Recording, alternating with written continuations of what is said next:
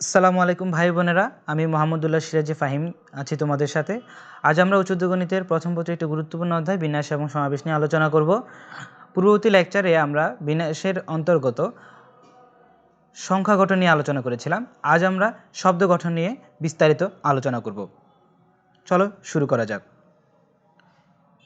প্রথম কেসে দেখি আমরা ধরলাম আমার কাছে n সংখ্যক পরস্পর ভিন্ন ভিন্ন বস্তু আছে, এদেরকে আমাকে সাজাতে হবে। এদেরকে সাজাতে হলে তাহলে কীভাবে সাজানো যায়? তাদেরকে সাজানোর উপায় হচ্ছে n ফ্যাক্টোরিয়াল ভাবে, যেটা আমরা আগের ক্লাসে দেখেছি। ধরলাম আমার কাছে 5টা ভিন্ন কালারের বল আছে। খেয়াল করো, একটা লাল, একটা সবুজ, একটা হলুদ, একটা বেগুনি আর একটা হচ্ছে নীল কালারের। এদেরকে যদি আমি সাজাতে হয় তাহলে আমি কতভাবে সাজাতে পারি বলো তো? যেহেতু খেয়াল করো, যেহেতু প্রত্যেকটা হচ্ছে ইন্ডিভিজুয়াল কালারের, সো আলটিমেটলি এদেরকে আমি আসলে যেহেতু 5টা বল আছে, সো আলটিমেটলি আমি 5 ফ্যাক্টোরিয়াল অর্থাৎ 5 ফ্যাক্টোরিয়াল ভাবে আমি সাজাতে পারি, অর্থাৎ 120 ভাবে। এটাতে অবশ্যই কারো কোনো সন্দেহ থাকার কথা না। চলো আমরা দ্বিতীয় কেসটা খেয়াল করি। ধরলাম আমার কাছে মোট বস্তুর সংখ্যা হচ্ছে n, যার মধ্যে হচ্ছে p এক জাতীয়। খেয়াল করো, গত ক্লাসে আমরা খেয়াল করেছিলাম মূল শব্দটাকে কতভাবে সাজানো যায় সেটা আমরা আলোচনা করেছিলাম। চলো আর একটু রিভাইজ করা যাক। খেয়াল করো, আমার শব্দটা ছিল মুন।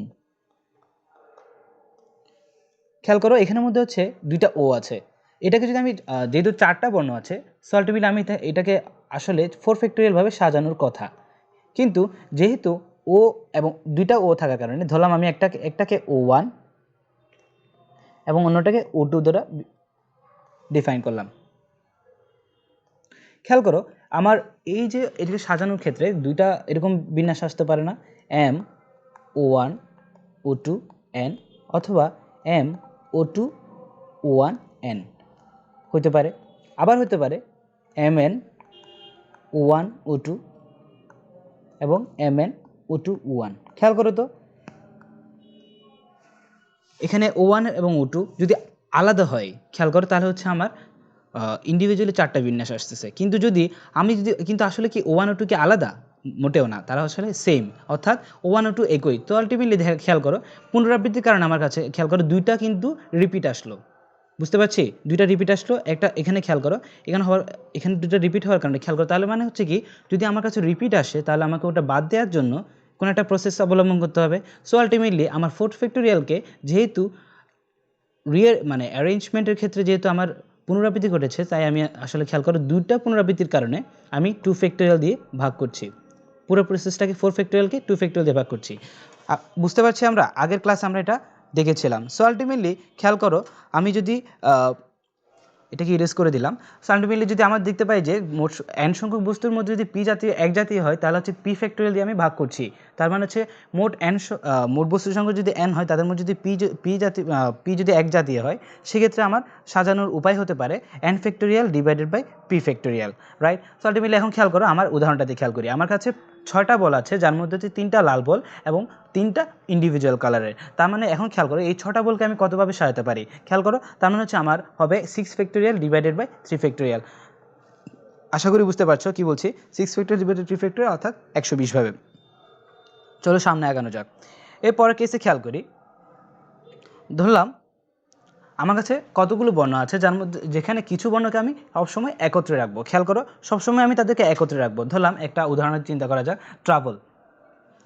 ট্রাভেল শব্দের মধ্যে খেয়াল করো আমার কাছে টোটাল বর্ণ আছে কটা খেয়াল করো তো।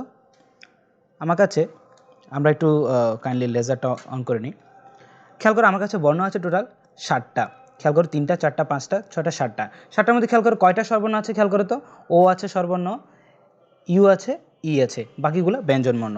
এবং খেয়াল করি আমার প্রশ্ন হচ্ছে স্বরবর্ণগুলোকে যদি একত্রে রেখে মোট কত উপায়ে শব্দটাকে সাজানো যেতে পারে। খেয়াল করো আমি এই স্বরবর্ণগুলোকে একত্রে রাখবো, অর্থাৎ ও ইউ ইকে আমি একসাথে রাখবো এবং একত্রে রেখে আমি কতভাবে সাজাতে পারবো, অর্থাৎ আমার এমন কতগুলো বিন্যাস বের করতে হবে যেখানে আমার ও ইউ ই একসাথে থাকবে। ঠিক আছে, সো আলটিমেটলি আমরা খেয়াল করি, আমরা একটু সামনে আগাই। অর্থাৎ এখানে দেখতে পাচ্ছি আমার টোটাল 7টা বর্ণ আছে, যার মধ্যে হচ্ছে 3টা স্বরবর্ণ, বাকি 4টা হচ্ছে ব্যঞ্জনবর্ণ। খেয়াল করো যেহেতু আমার স্বরবর্ণগুলোকে একত্রে রাখা লাগবে, তাদেরকে আমি একটা বাক্সে বন্দি করব। অর্থাৎ খেয়াল করো তাদেরকে এমন একটা বাক্স বন্দি করব যে আসলে যে বাক্সটা আসলে একটা ইন্ডিভিজুয়াল বর্ণ হিসেবে কাজ করবে, যেগুলো আমার কাছে নাই, অর্থাৎ অন্য একটা বর্ণ হিসেবে আত্মপ্রকাশ করবে। তার অর্থাৎ খেয়াল করো, তার মানে হচ্ছে কি, খেয়াল করো আমার কাছে ব্যঞ্জনবর্ণ আগে থেকে আছে আর টি বি এল, অর্থাৎ 4টা ব্যঞ্জনবর্ণ আগে আছে, বর্তমানে 8টা যদি বর্ণ আছে, সো আলটিমেটলি টোটাল বর্ণ হয় কয়টা বলো তো? আলটিমেটলি বর্ণ হয় আমার কাছে টোটাল 5টা। খেয়াল করো, এই যে তার মানে হচ্ছে আমার বর্ণ সংখ্যা দাঁড়িয়েছে 5টি, সুতরাং এদেরকে আমি যদি বিন্যস্ত করি, খেয়াল করো প্রত্যেকটা যেহেতু ইন্ডিভিজুয়াল, সো আলটিমেটলি তাদেরকে বিন্যস্ত করার উপায় হবে 5 ফ্যাক্টোরিয়াল ভাবে। খেয়াল করো এরপর এখন কিন্তু খেয়াল করো, আমি যে বক্সটা বিবেচনা করেছিলাম, যে বক্সের ভেতরে বক্সটাকে আমি বলেছিলাম একটা পুরোটাকে একটা ইন্ডিভিজুয়াল বর্ণ হিসেবে বিবেচনা করব, তবে তারা কেউ টি আর বি এল হবে না, ধরলাম অন্য একটা বর্ণ। সো আলটিমেটলি আমার বর্ণ সংখ্যা 5টা দাঁড়িয়েছিল, কিন্তু আমার বক্সের ভেতরে যে 3টা বর্ণ আছে ও ইউ ই, তারা আবার নিজেদের মধ্যে বিন্যস্ত হতে পারে না। সো আলটিমেটলি যদি বাক্সবন্দি সর্বর্ণ 3টি আবার নিজেদের মধ্যে বিন্যস্ত হতে পারে আসলে 3 ফ্যাক্টোরিয়াল উপায়ে। খেয়াল করো, সো আলটিমেটলি আমার টোটাল বিন্যাসটা কি আসে, যেখানে সর্বর্ণগুলো একত্রে থাকবে সেটা হবে 5 ফ্যাক্টোরিয়াল গুণ 3 ফ্যাক্টোরিয়াল, অর্থাৎ 720 ভাবে। আশা করি তোমরা বুঝতে পারছো।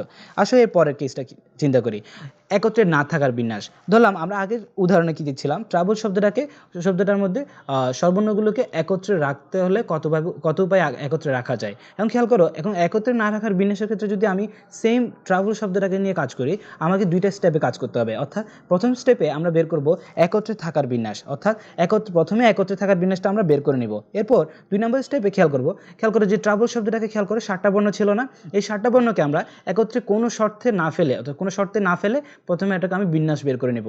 খেয়াল করো, কোনো শর্তে না ফেলে আমি বিন্যাস বের করে নিব, এবং যে একত্রে থাকার বিন্যাসটা যদি ওই কোনো শর্ত না ফেলা বিন্যাসটা থেকে বিয়োগ দিই, তাহলে আসলে আমরা কি একত্রে না থাকার বিন্যাস পেয়ে যাচ্ছি না?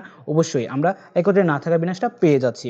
তাহলে আমরা স্টেপ 2তে কী করব, প্রাপ্ত যেটা ফলাফল পেয়েছিলাম স্টেপ 1-এ, ওটাকে শর্তবিহীন বিন্যাস থেকে বাদ দিয়ে দেব। সো আলটিমেটলি খেয়াল করো, ট্রাভেল শব্দটাকে নিয়ে যদি আমি কাজ করি, আমার সর্বর্ণগুলোকে একত্রে না রেখে প্রদত্ত শব্দটিকে কয় উপায়ে সাজানো যায়। তো আমরা কী করব, আগের উদাহরণ থেকে আমরা পেয়েছিলাম সর্বর্ণগুলোকে যদি একত্রে রাখি তাহলে হচ্ছে বিন্যাস সংখ্যা পেয়েছিলাম 5 ফ্যাক্টোরিয়াল ইন্টু 3 ফ্যাক্টোরিয়াল, অর্থাৎ 720 উপায়ে। এখন আমরা কি করব, খেয়াল করো, পরের স্টেপ 2 সম্পন্ন করবো। স্টেপ 2তে আমরা কি দেখেছিলাম, বলেছিলাম শর্তবিহীন বিন্যাস, অর্থাৎ ট্রাবল শব্দটিকে সবগুলো বর্ণকে নিয়ে কতভাবে বিন্যস্ত করা যায়। সেটা হচ্ছে কি, যেহেতু সবগুলো বর্ণ ভিন্ন ভিন্ন, খেয়াল করো তাহলে মোট বর্ণ সংখ্যা যেহেতু 7টা, তাহলে আমি তাদেরকে সাজানোর উপায় হবে কত, অবশ্যই সেটা হবে 7 ফ্যাক্টোরিয়াল, অর্থাৎ 5040 ভাবে। খেয়াল করো, সুতরাং আমার বিন্যাসটা হয়ে যায়, যেটাতে ট্রাভেল শব্দটিকে সর্বর্ণগুলোকে একত্রে না রেখে টোটাল বিন্যাসটা যদি পাবো কি 5040, যেটা শর্তবিহীন বিন্যাস থেকে আমি যেটা ছিল একত্রে রাখার বিন্যাস, অর্থাৎ 720কে বাদ দিলে আমি আমার কাঙ্ক্ষিত 4320 উপায়ে আমার বিন্যস্ত করতে পারি। অর্থাৎ এটাই হচ্ছে আমার একত্রে না রাখার বিন্যাস। অবশ্যই তোমরা বুঝতে পারার কথা। এবার আসো আমরা 4 নম্বর কেস নিয়ে চিন্তা করি, কতগুলো বস্তুকে পাশাপাশি না রাখা। অর্থাৎ খেয়াল করো, এখন আমাদের যেটা কনফিউশন তৈরি হয় সেটা হচ্ছে একত্রে না রাখা এবং পাশাপাশি না রাখা, এই দুটার মাঝখানে। ঠিক আছে, আমরা সো আলটিমেটলি এই দুটা কেস একটু ভালোভাবে দেখার চেষ্টা করব। খেয়াল করো, একত্রে না রাখার ব্যাপারটা কী ছিল।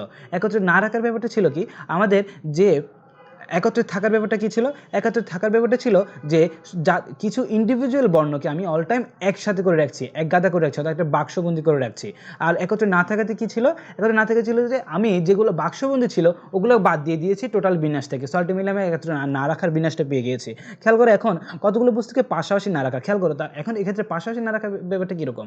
পাশাপাশি না রাখার ব্যাপারটা হচ্ছে কি, কিছু ইন্ডিভিজুয়াল বর্ণ থাকবে, কেউ কারো সাথে কখনো দেখা হবে না, অর্থাৎ কেউ কাউকে দেখবে না। এই ক্ষেত্রে আমি কি করব, আমাদের কি করতে হবে, খেয়াল করো, আমরা করব কি, যাদেরকে আমরা পাশাপাশি রাখবো না, খেয়াল করো, পাশাপাশি রাখবো না, তাদেরকে অন্য কিছু স্পেসিফিক বর্ণের মাঝখানে বসিয়ে দেব। বুঝতে পারছি? খেয়াল করো, উপরোক্ত শর্তটি তখনই পূর্ণ হবে যদি নির্দিষ্টকৃত বস্তুগুলোর মধ্যবর্তী স্থানগুলিতে কাঙ্ক্ষিত বস্তুগুলো বসানো হয়। অর্থাৎ নির্দিষ্টকৃত বস্তু থাকবে আমার কাছে, তাদের মধ্যবর্তী স্থানগুলিতে অর্থাৎ ফাঁকা স্থানগুলিতে আমি কি করব, যাদেরকে পাশাপাশি রাখবো না তাদেরকে আমি বসিয়ে দেবো। সো আলটিমেটলি আমার শর্ত পূর্ণ হবে। এতে যারা পাশাপাশি বসবে না তারা অন্য বস্তুগুলোর মধ্যবর্তী স্থান দখল করবে। বুঝতে পারছো? অবশ্যই। একটা উদাহরণ চিন্তা করা যাক। খেয়াল করো, ধরি কোনো একটা স্কুলে 10ম শ্রেণীতে 5টা সেকশন আছে, ঠিক আছে, যাদের প্রত্যেকের একজন করে ফার্স্ট বয় আছে, যারা একজন আরেকজনের মুখ দেখতে চায় না। আলটিমেটলি হয়তো ধরো কোনো কারণে ঝগড়া হয়েছে, অথবা পড়াশোনার কারণে বলো, এরকম থাকে না আমাদের যে কিছু এগো থেকে যায়, এগুলোর কারণে হয়তো ধরলাম কোনো একটা কেসে হচ্ছে কি, তারা একজন আরেকজনের মুখ দেখতে চায় না। সো কোনো একটা প্রোগ্রামে তাদের সাথে যদি আরও 8জন ধরলাম ছেলে আছে, ঠিক আছে? কিভাবে তাদেরকে সাজালে তাদের উদ্দেশ্য এবং লক্ষ্য সফল হবে? খেয়াল করো তাদের কিসের লক্ষ্য ছিল? তাদের লক্ষ্য ছিল তারা একজন আরেকজনের মুখ দেখবে না। সো আলটিমেটলি আমাদের এই উদ্দেশ্যটা যদি সফল করতে হয় তাহলে আমাদের কী করতে হবে? তাদেরকে এই যে 8জন ছেলে ছিল না, 8জন ছেলে ছিল ইন্ডিভিজুয়াল, তাদের মাঝখানে মধ্যবর্তী ফাঁকা স্থান, যেটা আগে বলেছিলাম, ফাঁকা স্থানে আমি কী করবো? এই 5জন ফার্স্ট বয়কে আমি বসিয়ে দেবো। বুঝতে পারছি? তো আমি 5জন ফার্স্ট বয়কে যদি বসাতে চাই, খেয়াল করি, আমরা চিত্রটা একটু খেয়াল করি। আমার কাছে 8জন ইন্ডিভিজুয়াল ব্যক্তি আছে। তোমরা এখন নর্মালি খেয়াল করো, আমরা একটা কোশ্চেন করি, দেখো 8জন ধরো ছাত্রের মাঝখানে খেয়াল করো কয়টা ফাঁকা স্থান আছে বলতে পারো তোমরা কেউ? আচ্ছা আমাকে একটু বলো তো, একদম ফার্স্ট খেয়াল করো তো কয়টা ফাঁকা স্থান আছে বলো তো। খেয়াল করো ফার্স্ট এবং সেকেন্ড তাদের মাঝখানে ফাঁকা স্থান আছে একটা, সেকেন্ড এবং থার্ড তাদের মাঝখানে ফাঁকা স্থান আছে একটা, দুইটা টোটাল, এখানে একটা, তিনটা, চারটা, পাঁচটা, ছটা, সাতটা। খেয়াল করো 8জন ছাত্রের মাঝখানে ফাঁকা স্থান আছে 7টা। বুঝতে পারছি? 8জন ছাত্রের মাঝখানে ফাঁকা স্থান আছে কয়টা? 7টা। এখন আমি খেয়াল করি এই যে 8জন আছে, ঠিক না? 8জন ছাত্রের খেয়াল করো মাঝখানে ফাঁকা স্থান আছে 7টি। এখন বলো তো 8জন ছাত্রের বাইরে, অর্থাৎ ফার্স্ট পার্সন যে ছিল তার বাইরের দিকে একটা প্লেস আছে না যেখানে একটা ফাঁকা স্থান? আবার খেয়াল করো লাস্টে যে ছাত্রটা আছে তার পাশে, ডান পাশে একটা ফাঁকা স্থান আছে না? সো আলটিমেটলি খেয়াল করো আরও 2টা ফাঁকা স্থান পেলাম না? তার মানে শুরু এবং শেষের 2টা স্থান হচ্ছে 2টা সহ টোটাল কয়টা ফাঁকা স্থান থাকে আমার কাছে? টোটাল ফাঁকা স্থান দাঁড়ায় 7+2 অর্থাৎ 7+2 অর্থাৎ 9টি, অর্থাৎ ফাঁকা স্থান দাঁড়ায় 9টি। আমার এই ফাঁকা, খেয়াল করো, এই আমার যদি উদ্দেশ্য সফল করতে হয় তাহলে হচ্ছে এই 5জন ফার্স্ট বয় যারা ছিল তাদেরকে আমি কি করব? এই 9টা ফাঁকা স্থানে বসাবো না? অবশ্যই আমার উদ্দেশ্য যদি সফল করতে হয় তাদেরকে আমি 9টা ফাঁকা স্থানে মাঝখানে বসাবো। খেয়াল করো তাহলে হচ্ছে 9টা ফাঁকা স্থানে যদি আমি 5জনকে বসাতে চাই তার বিন্যাস আমরা আগেই দেখেছি, আগের ক্লাসে দেখেছি, সেটা হচ্ছে 9p5 উপায়ে।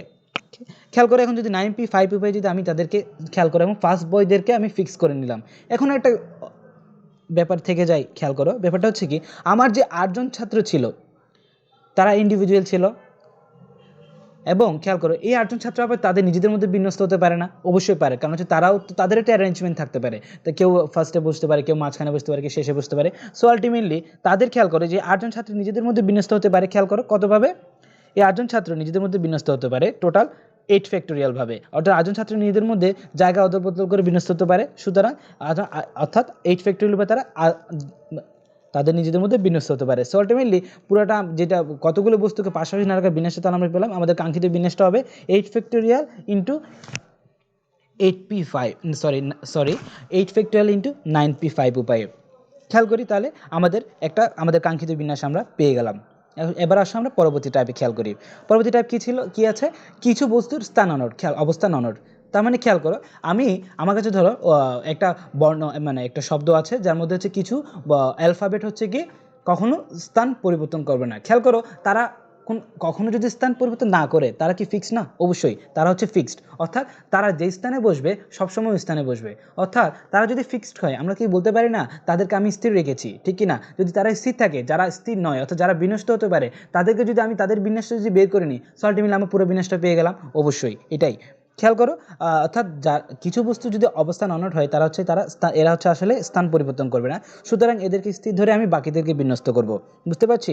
ধরলাম একটা শব্দ বিবেচনা করলাম, ধরো ট্রায়াঙ্গেল। খেয়াল করো ট্রায়াঙ্গেল শব্দটির ক্ষেত্রে খেয়াল করো সর্বর্ণগুলিকে স্থান পরিবর্তন না করে এই শব্দটিকে কতভাবে সাজানো যায়।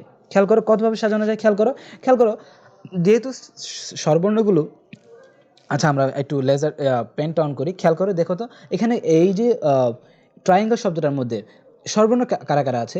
আই আছে, এ আছে, ই আছে, ঠিক না? এই তিনটাই তো আছে না? আই আছে, এ আছে, ই আছে, বাকিগুলো হচ্ছে ব্যঞ্জনবর্ণ। এখন আমরা খেয়াল করি স্বরবর্ণগুলো যদি স্থান পরিবর্তন না করে, অর্থাৎ তারা যদি স্থান পরিবর্তন না করে, অর্থাৎ তাদের যদি স্থির হয়, তাহলে আমি যে ব্যঞ্জনবর্ণগুলো আছে খেয়াল করো টি আছে, আর আছে, এন আছে, জি আছে, এল আছে, এগুলোকে আমি যে 5টা আছে এই 5টা ব্যঞ্জনবর্ণকে যদি আমি তাদের নিজেদের মধ্যে বিন্যস্ত করি, সো আলটিমেটলি আমার পুরো বিন্যাসটা পেয়ে গেলাম। কারণ হচ্ছে আই, এ, ই কখনো স্থান পরিবর্তন করবে না, অর্থাৎ তারা ফিক্সড, ঠিক কি না? সো আলটিমেটলি আমরা এখন পেনটা অফ করে দিই। খেয়াল করি পেনটা যদি অফ করে, আচ্ছা ইরেজ করে দিলাম।